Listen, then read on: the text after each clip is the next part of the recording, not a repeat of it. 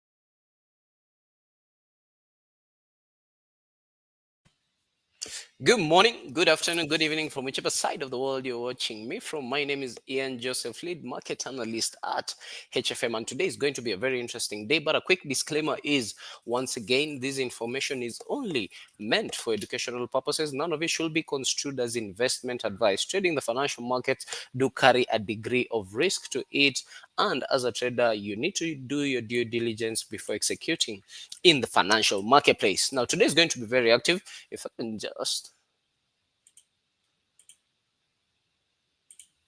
something like that.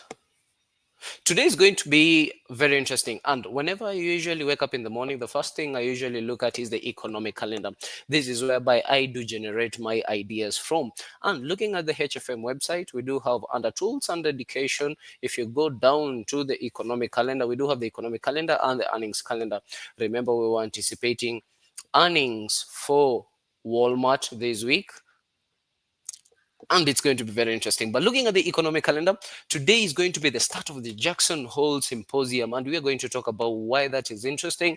Later on in the day, in the next 24 minutes to be exact, we are anticipating PMI for Germany, then PMI for the Eurozone in the next 53 minutes, and then also PMI in the next 1 hour, 23 minutes for the British pound.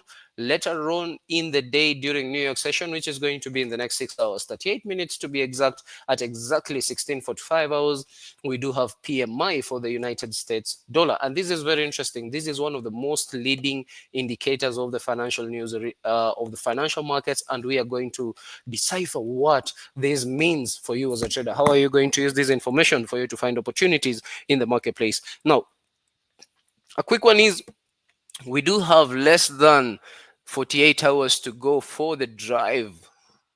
There's a Benz that is going to be given away very soon, and we are going to give away a brand new Mercedes Benz C200.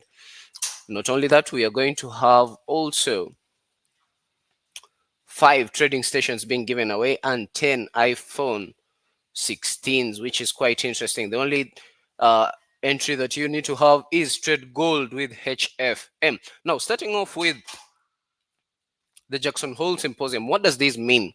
Now, today, the Jackson Hole is, let me have this one here so that we can see the screen much better.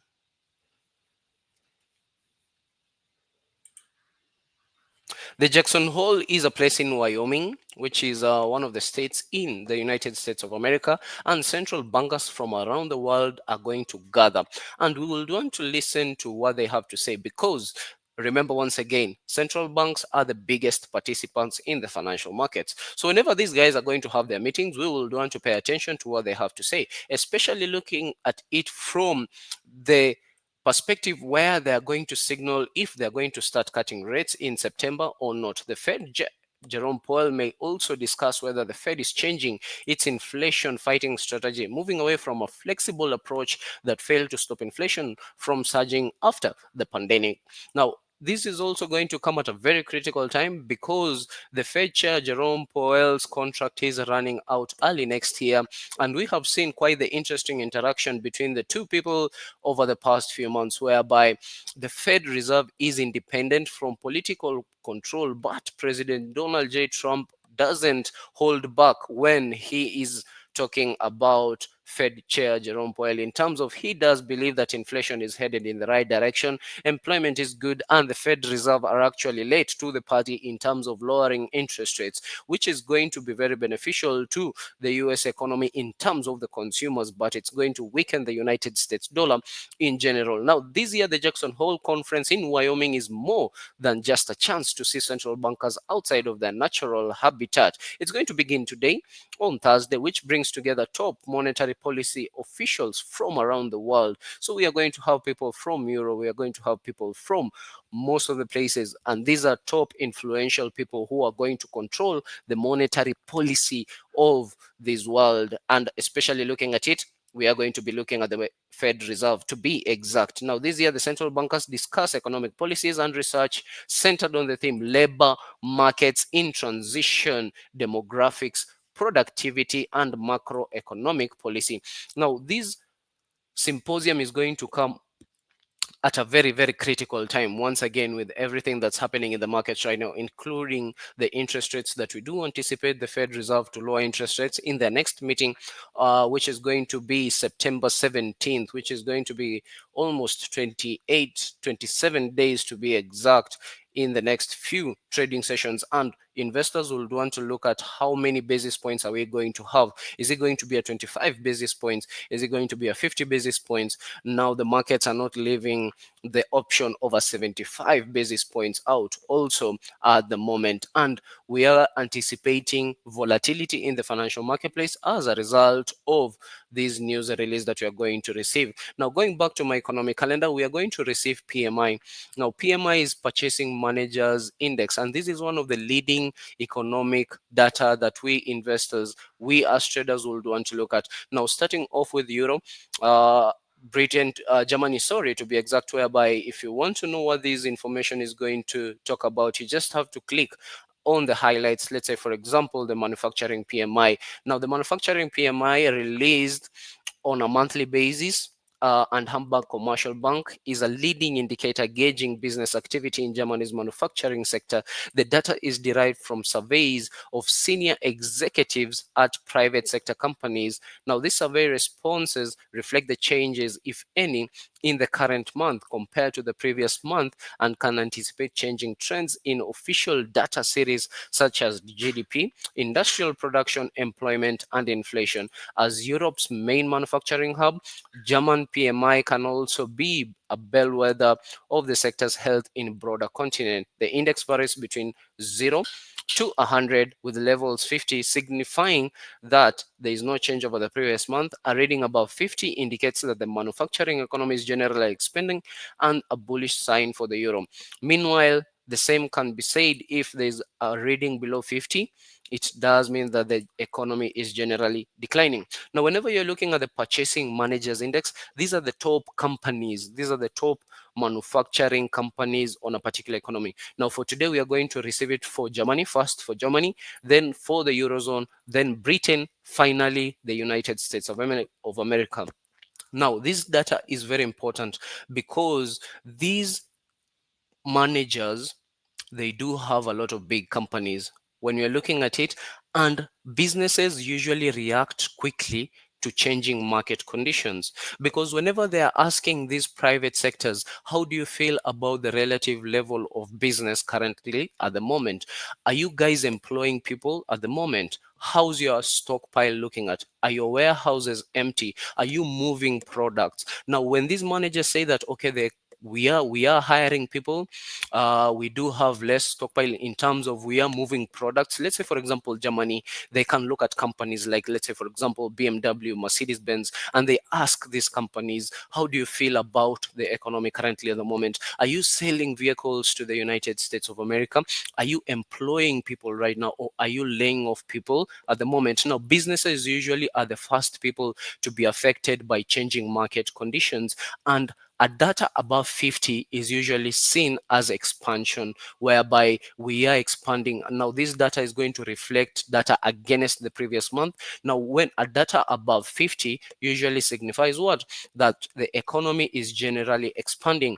But on the other hand, if you are anticipating data below 50, it means that the economy is generally contracting on these people's side of the matter. Now, this is whenever you're looking at fundamental news releases, we do have leading indicators and lagging indicators. Now, PMI is one of the leading indicators, because if they start saying as early as now that things are not going in the right direction, let's say, for example, for BMW in terms of the tariffs. Now, if they do mention that the tariffs are impacting their business, if they do mention that the tariffs are going to impact profits in terms of how they are moving products outside of the country, let's say, for example, Germany to the United States, because when you're looking at the US are usually, so currently at the moment we are starting to receive data already. At the moment, France's data has already come out, and as you can see, France, we do have it as moderate volatility expected now, because France usually they don't have as much of manufacturing industries compared to Germany. So when you're looking at the euro, it's going to have lesser of an impact compared to what? Compared to Germany. Now, looking at the data currently at the moment, it's come out at 49.9, which is better than the consensus, which we were looking at 48.0. And looking at this information, we are seeing an increase over the previous number, meaning that there are goods and services that are being produced in France that are being sold better compared to last month. Now, this is going to have a reflection on the currency prices of that particular nation. Now, moving over from Europe, especially Germany, as mentioned, in the next 44 minutes, we are anticipating PMI also for the Eurozone in general. And the data, the consensus is we are anticipating better numbers compared to previous numbers. Now, if this data does come out positive, once again, it means it's going to affect the currency positively. Let's say, for example, if you're looking at the euro and this information comes out positive, you will anticipate more long opportunities on euro against other currency pairs. Now, moving over once again to New York session, whereby we are going to have PMI once again, but for this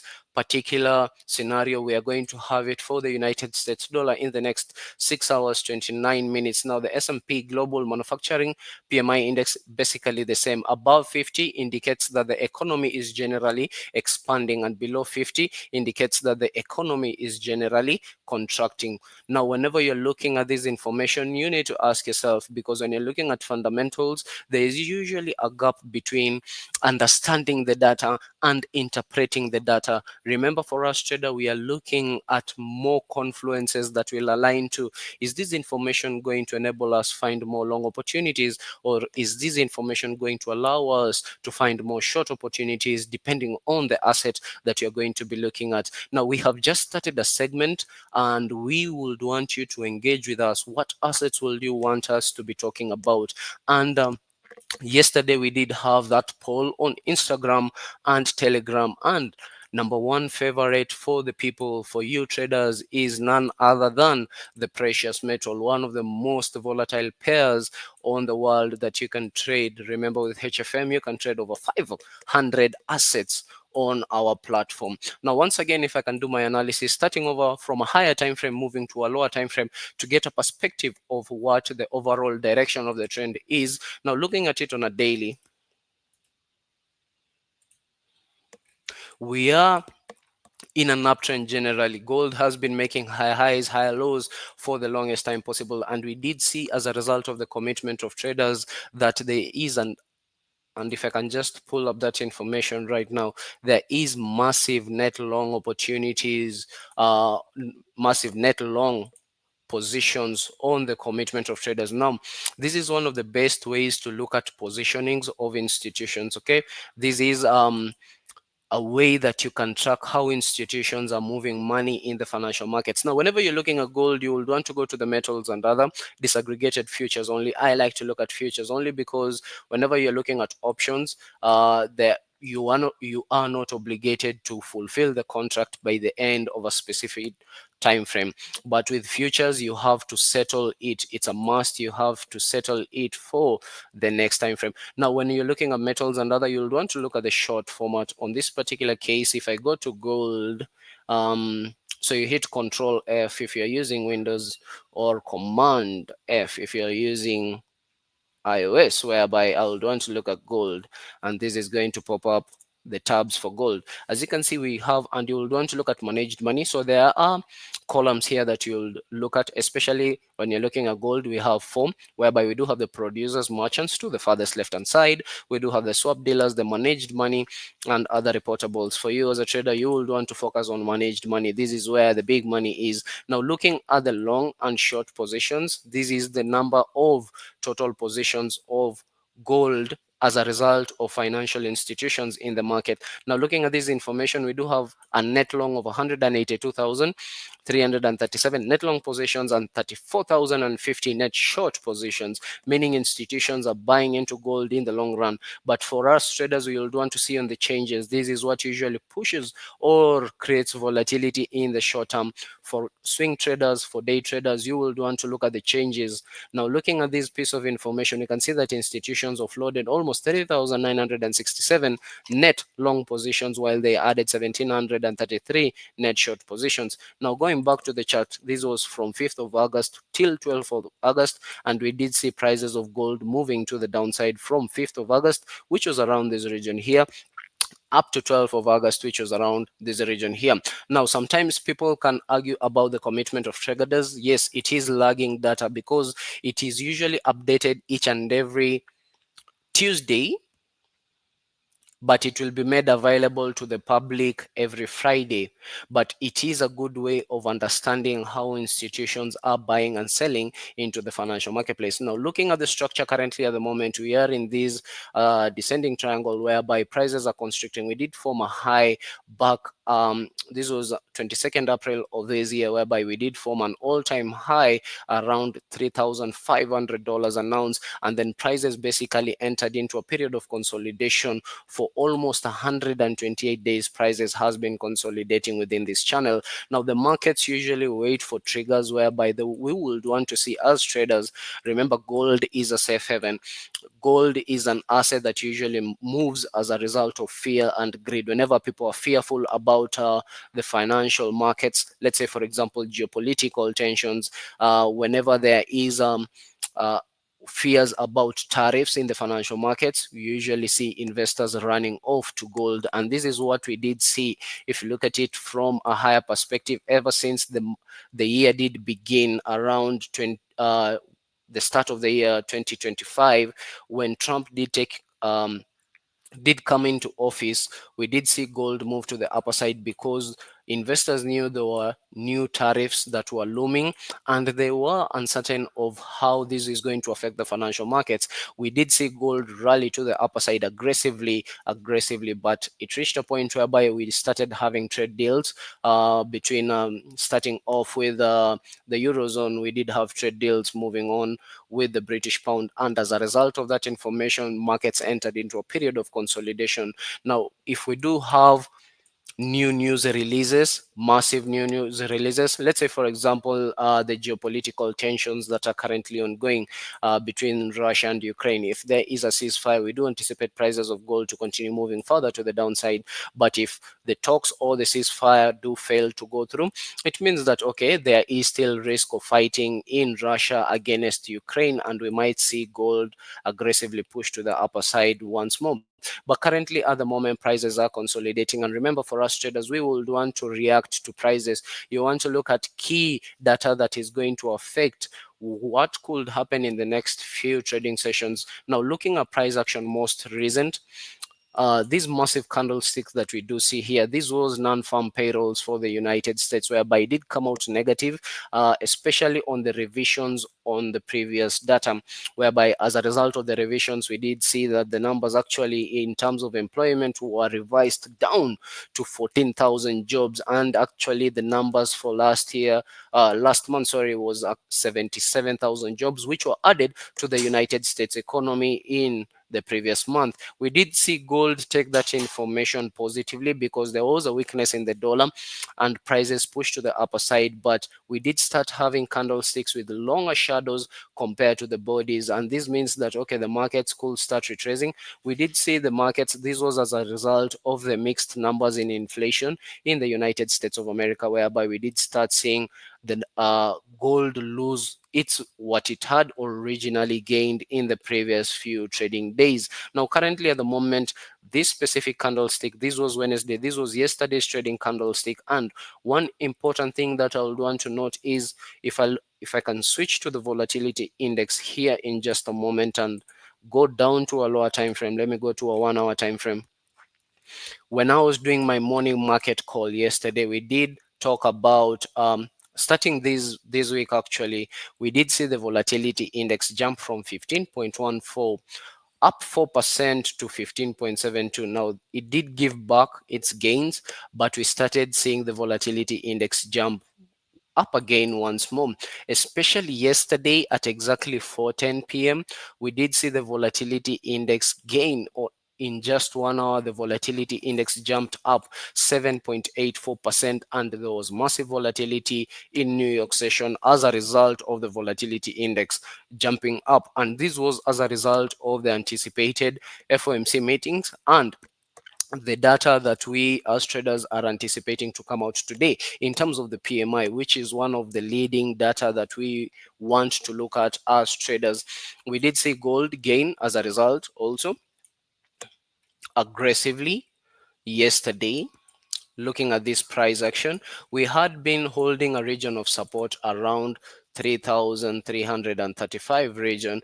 We did get a candlestick that closed below this region but started moving aggressively back into the range. Now, if I can just pull my ruler from these lows to these highs, we did see gold gain at least 1.15 in less than 21 hours, and this was the result of the volatility index actually jumping up in volume. But looking at it on a higher time frame, we are still in a channel, and we want to see what price action is going to hold in terms of the next possible moves. But currently at the moment, the markets did come back into a region of interest. I would have wanted prices to come back to the trend line, which corresponds to the order block that we were looking at around 3,300, which once again is a psychological level whenever you're looking at the precious metal. Now, for traders, you will want to look at round numbers, and this is a theory that behind these charts are human beings, and human beings would prefer trading off round numbers. And whenever you're looking at prices usually moves from zones to zones, and whenever you're looking at these zones, most of the times they do correspond to round numbers, which we tend to call them psychological key levels. Whenever institutions are buying or selling, it's easier for them to deal off round numbers. So that's going to be gold. The next asset that did gain in terms of the poll that we did have yesterday on the Instagram and Telegram was oil. Now, starting off with Brent oil, we did see Brent oil gain quite aggressively, significantly, if I can say, from yesterday's New York session around 5 p.m. in the evening. This was Tuesday, whereby it did gain almost 2.64% in less than 1 day, 17 hours of trading, currently trading above $66 a barrel on Brent oil, which is quite interesting. Looking at all the information that we are anticipating in the markets, if we do have a breakthrough in the talks of between President Trump Zelensky and President Putin, we might anticipate oil prices to continue moving to the downside. But currently, we are holding back into a region of support around the $66.9 a barrel, which is quite interesting because the markets did try to break below, but we are currently closing above that range. And if you can look at this pattern, this is a pattern called the heads and shoulders, whereby the market tries to break to the downside but closes above that range. And then we do get a change of character whereby the markets now starts to break the most recent highs that we do see over here. And if you can just highlight it, this was the most recent region of support that the markets did form. We did have a massive push to the upper side. These highs, let me push this one here, these highs did close above the most recent highs that was formed here. The markets retraced back to former low, but these lows failed to break the most recent lows. And then we had a change of character whereby now the lows are starting to respect the most recent lows. Currently, price action is breaking above these relatively equal highs that we do have residing above this region. And if we do get a candlestick that closes above this region, then this means that we could possibly see prices continuing further to the upper side. But once again, remember, as traders, we usually react to prices, meaning there's a possibility that if the breakthrough does happen, it's going to affect supply and demand of oil prices, and we might see prices actually breaking these lows. Once again, for us traders, we do react to prices. Now, Brent oil and WTI are positively correlated, and we were identifying these regions here yesterday during the morning market call. Now, we did have this candlestick that tapped into the highs that was formed on Monday at exactly London open at 8 a.m. at 8 p.m. sorry, in the evening, whereby the markets did make a high around $62.985 a barrel. We did have a retracement. Now, the most recent region here, these lows from the highs failed to break the most recent lows, and then the markets pushed aggressively to the upper side, breaking the region of resistance that we were looking at yesterday. Now cooled the markets continue moving to break these highs, possibly moving to the upper side. Remember, once again, whenever you're looking at commodities, commodities are affected by supply and demand. Anything can happen at any time. It is usually advisable that you look at data. And how do you look at this data? Once again, you go to your HFM website. Is there anything that deals with the commodity that you are looking at? Let's say, for example, oil prices. Is there any news release that is going to be released, especially in terms of crude oil inventories that is usually released every week? And you will want to look at that data, and how you interpret that data is if there are no reserves on oil prices, it means that there's a high likelihood oil will continue moving to the upper side. Oil prices will move to the upper side. But on the other hand, if they do release the data and they do mention that they have more millions of barrels in terms of reserves, then it means that, okay, oil prices may continue moving to the lower side because of supply and demand. Now, moving over to silver. Yesterday, once again, we did have this massive gain on silver, whereby we did break to the lower side, but the markets did close above that range, which is quite interesting. Whenever you're looking at prices, it's usually advisable you look at closing prices, especially after the markets do close. Where did one person close during after, especially after New York session, and when the other session is going to open in Asia? Usually that's very important in terms of understanding how institutions are pushing money in the financial markets. We were looking at this region of support yesterday, but the markets, we had this massive candlestick that closed, that did break to the lower side. But before the day did end, we did close above that region of support, meaning once again, we could be in a period of indecision in the financial markets, and we would want to see if there is going to be any new key recent developments, especially looking at what we are anticipating in terms of the Fed chair, Jerome Powell. And this could affect oil prices in the sense that interest rates usually do affect the commodities, because once again, this has an effect on how the purchasing power we are going to have on silver, to be exact, on this particular case. Now, looking at the dollar index did gain yesterday once again, making high highs, higher lows, high highs, higher lows, and we could be headed to the upper side. But once again, all of these data that we are looking at could be dependent on what is going to happen today, later on today, during the Jackson Hole Symposium, whereby investors are going to look at the tone of Jerome Powell. Is he going to signify rate cuts? And also, we would want to look at who are possibly the next, if he is going, and I do believe that is going to be one of the questions in terms of the question and answer segment, whereby Jerome Powell, there's a high likelihood he'll be asked about what he feels about his replacement. Now, at the moment, Donald Trump did mention he has narrowed his search down to 3 names. So he hasn't mentioned any of them currently at the moment. And I do believe that this is going to be very, very important. Who's going to take the mantle from Mr. Jerome Powell when his contract does run out at the end, at the start of next year? That's going to be it. Let's move over to the question segment. Thank you, Rolia, for being the first one to join the live stream. Have a blessed one. Euro USD passed through. Very nice. The euro against the dollar. Remember, once again, we are anticipating a lot of news releases for the euro against, if you're looking at the eurozone, specifically euro against USD or euro against any other asset that you're going to be looking at. Now, starting at the analysis, let me delete everything so that you can have a clear chart. Remember, when you're looking at financial charts, it's always advised you start from a clear chart, then you can note the way you will do it. Now, starting off once again, ever since the start of the year, when Trump did start mentioning about the tariffs, we did see euro gain against the United States dollar because investors saw the euro.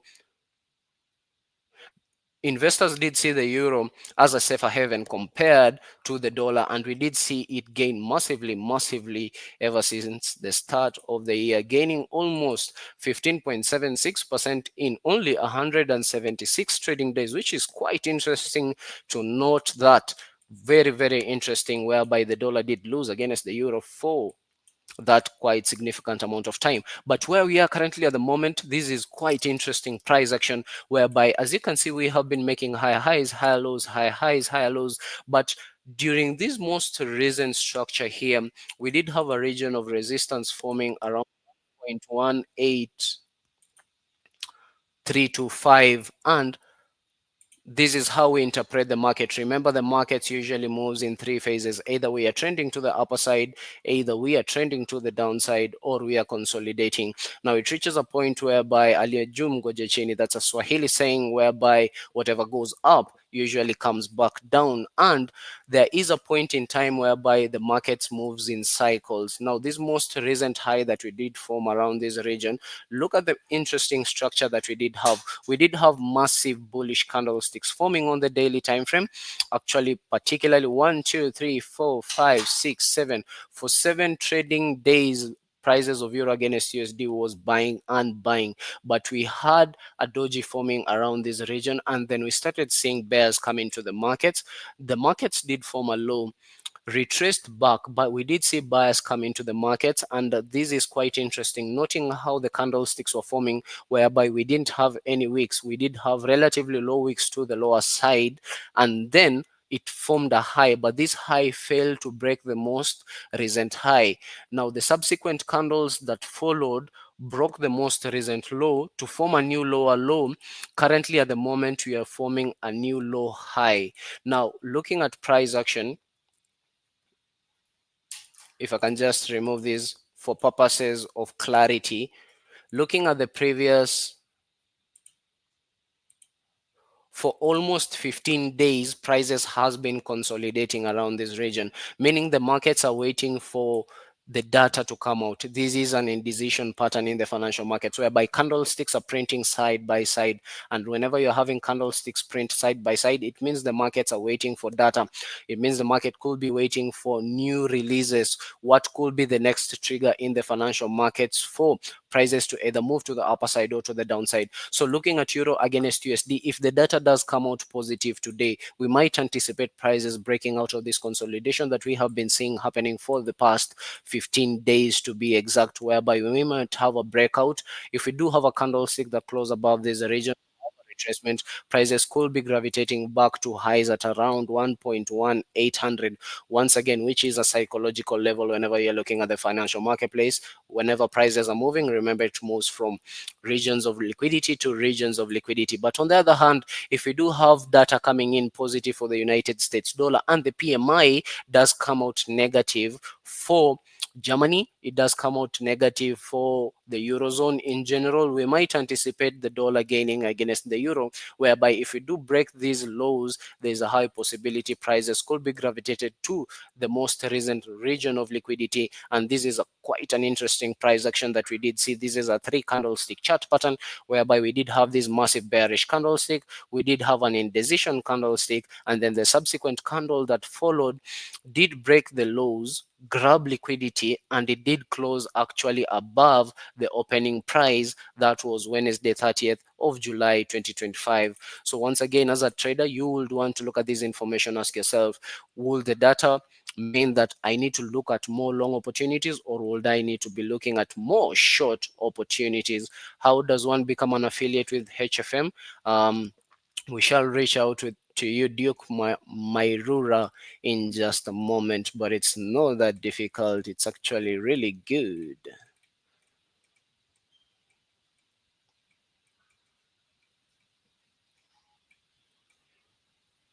Hey, what are higher highs and higher lows? That's a very good question. Remember, as I've mentioned, the markets usually move in three phases. Either it's an uptrend,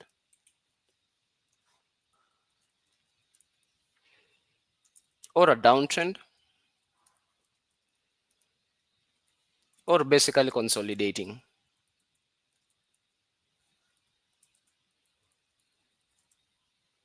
Consolidation, not consolidation, consolidation.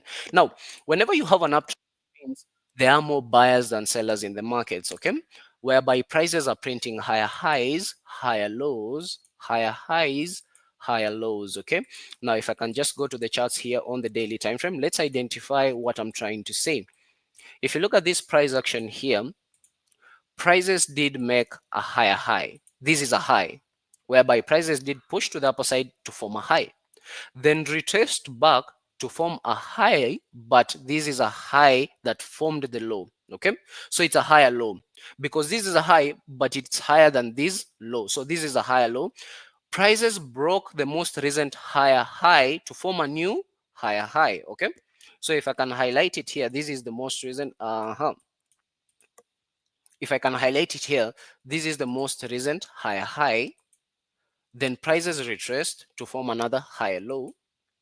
This higher low respected this recent structure. And then prices broke the most recent high to form a new higher high. Okay, so whenever you see this in the market, it means the market is trending to the upper side. Okay, so that is what we do term as higher highs. Now that implies that the market is actually moving to the upper side, but on the other hand, we do have what we call a downtrend. Okay, we can identify from this chart of euro against USD, whereby, pay attention to this, prices was once at this region here. Okay, let me have this here. So on 1st of January 2021, prices was at this region. Okay, it started moving to the downside, so it formed a lower low. Okay, so this is a low, which is a low than that is compared to where prices was from. It did retrace to the upper side to form a lower high. Why is this a lower high? Yes, it's a low, but yes, it is a high, but it is lower than this most recent high. So we term this as a lower high. And then prices move to the downside to form a new lower low, which is lower than the most recent low, retraced to form another lower high, a lower low, a lower high, and finally continuation of a lower low. Okay, now the other type of market is what we call a consolidation, whereby the market is just moving in a tight channel, whereby there are no clear price action. And this is a good example here, whereby prices are making high, they're just consolidating in between a particular region. So this is what we call a bullish uptrend, whereby buyers are in control over the market. This is what we call a bearish, where bears or sellers are in control over the market, and this is what you call a consolidation, whereby the markets are in indecision. Okay, that's a really good question, Muret. Have you seen Euro USD now? Yes. Talk to me about it. What is it about Euro USD currently at the moment? Let's go down to the lower time frame and look at. We are anticipating a lot of news releases for the Eurozone. Okay. Let me go down to the 30-minute time frame. Okay, interesting. We are starting to see a lot of bullish presence in the financial marketplace, and this is very this is quite normal. Not normal, it's quite anticipated. And before we do conclude this session, let's identify. We did have region of support forming on 20th of August. Prices made came back, retested that low, pushed to the upper side. We did have candlesticks that were struggling. What do we mean by candlesticks that are struggling? Whenever you have candlesticks that have smaller bodies and they do have larger wicks, this shows you that there is indecision in the markets. Okay, because if you're looking at it on a 30-minute time frame, it means this candlestick opened here, moved to the upper side, aggressively moved and closed near the opening price. So whenever you have candlesticks that have smaller bodies and longer shadows, it means that there's a lot of indecision in the marketplace and you could be anticipating volatility happening. Now, once again, looking at these two candlesticks, the euro against the USD is gaining quite significantly from this low to this high. This is almost 0.31, almost 35 pips on euro against USD, and the reason why is because of this data that we are anticipating. Looking at it currently, okay, so we have data that has just been released for Germany, which we were anticipating, that did come out at 10:30. Let's look at the number. Let's wait for it to be updated. Now, looking at it on the euro, on France's side, the data did come out positive. Okay, now remember, France is part of Europe, so if this data comes out better for France, it means, okay, it's going to have a positive effect on the what, on the euro. Let's refresh this page so that we can see how the data did come out and how that has an impact on fundamental, how it has an impact on the news, on the technical aspect, to be exact. Okay, so the data has come out for Germany. Okay, the previous number was 50.6. We were having a consensus of 50.3. The data did come out at 50.1, and this is on the August numbers. Okay, so this is services. These were the services that were rendered. But if you look at the composite and the manufacturing, especially the manufacturing aspect of things, if you look at Germany are usually very good in terms of manufacture. They do produce really good engineering marvels. Like when you look at BMW, when you look at Mercedes, Germans are really good in terms of manufacturing. Now, if this data comes out better than the consensus, it means that, okay, if you're looking at a company like BMW, basically they're telling they're releasing this data in the sense that, okay, we have products and we are selling those products. Now, if they're selling those products, it means that these companies are making money. If these companies are making money, it means that their workers are going to be paid. If the workers are going to be paid, it means that they are going to spend money. They are going to buy better houses. They are going to buy better things for themselves. And it means that money generally will be moving in that particular economy. Now, if the data does come up positive, if you look at it, we do have three high volatility folders that we were anticipating. Okay, look at it, 1, 2, and 3, and it did come out actually better than the forecast, except for services. But the previous data actually for composite did come out better. The previous number was 50.6. The actual number came out at 50.9. But looking at manufacturing, the previous number was 49.1. We were anticipating a lower number at 48.8, but the data did come out better at 49.9. Now, once again, if I do click on this data, a higher reading is seen as what? Expansion, meaning that if I'm looking at this piece of information, above 50 usually indicates that a country is generally growing. But on the other side, if I'm looking at the data which is going to be lesser than 50, it means that the economy is contracting. Now, as a result of this information, we are seeing the euro gain against the United States dollar. You can see these two candlesticks are offsetting what has been happening for quite some time, and that is the effect of fundamental news releases on the markets. That's going to be it for me. I do believe there are no further questions. That is a very, very, very good observation, Babu Glock.